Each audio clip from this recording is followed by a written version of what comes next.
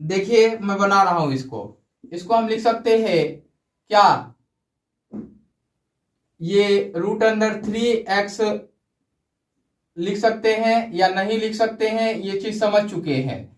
तो अब हम लिखते हैं 3x² और ये लिखते हैं -√6x और -√6x। इसको हमने दो खंडों में तोड़ दिया।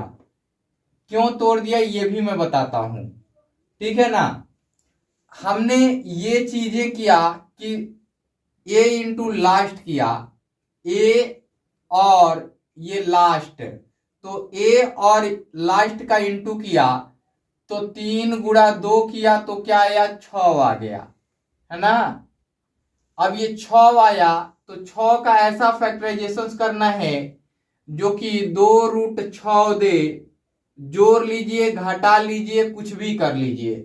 तो हमने इसको ऐसा लिखा कि √6 और √6 लिखा, दोनों को जोड़ लिया तो ये आ गया √2√6 या 24 आ जाएगा रूट के अंदर, ये आ जाएगा 2√6 आ जाएगा। ये ऐड किया तो अब देखिए एक चीज समझिए, यहां माइनस का साइन है यहां पे, तो माइनस साइन दोनों में लगाएंगे, यहां भी माइनस और इसके लिए भी माइनस, तो अब हो जाएगा माइनस और माइनस जुड़ेगा तो माइनस हो जाएगा, 2√6 हो जाएगा, क्योंकि 1 और 1 2 हो जाएगा। और प्लस यहाँ पे 2 ही लिख दिया और यहाँ लिख दिया हमने 0, है ना। उम्मीद करते हैं कि यहाँ का कॉन्सेप्ट समझ में आया होगा, है ना। अब देखिए यहां से हम क्या करते हैं, इसको हम √3x कॉमन ले लेते हैं। क्या ले लेते हैं, √3x कॉमन ले लेते हैं। अब यहां बच जाएगा √3x बच जाएगा, और यहां से कॉमन लिया आपने √3x, तो ये हो जाएगा आपका √2। क्यों हो जाएगा, क्योंकि हम इसको लिख सकते हैं 3 को √3x का होल स्क्वायर लिख सकते हैं, और इसको हम लिख सकते हैं √2 और इंटू √3x लिख सकते हैं, है ना। तो ऐसा करके लिखने के बाद तो ये वाला हमने यहां से एक बार कॉमन ले लिया, तो अब बच गया √3x और -√2 बच गया, ये हो गया। ये तो समझ आ गया आप लोगों को। फिर यहां से हमने माइनस कॉमन लिया, यहां से √2 कॉमन ले ले, आप √2 कॉमन ले लें तो यहां बच जाएगा √3 और x, और ये माइनस कॉमन लिया है तो ये प्लस हो गया तो ये माइनस हो जाएगा, तो यहां बच गया √2 = 0 हो गया ना।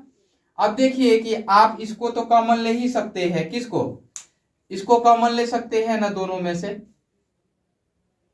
तो ये वाला कीजिए √3x और ये हो जाएगा माइनस का √2, और ये भी कीजिए तो ये हो गया √3x और माइनस का √2, ये हो गया और ये हो गया 0। अब इंडिविजुअल या तो एक कोई 0 होगा या तो इंडिविजुअल बोथ 0 होगा, दोनों 0 हो सकते हैं, है ना।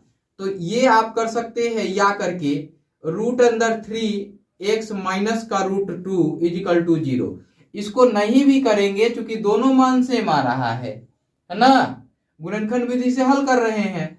अब ये आ जाएगा √3x = √2।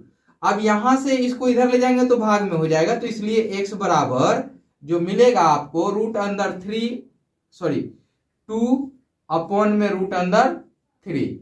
अगर चाहे तो आप लिख सकते हैं x बराबर रूट के अंदर 2/3, ये इसका उत्तर हो जाएगा। उम्मीद करते हैं कि समझ आ गया होगा।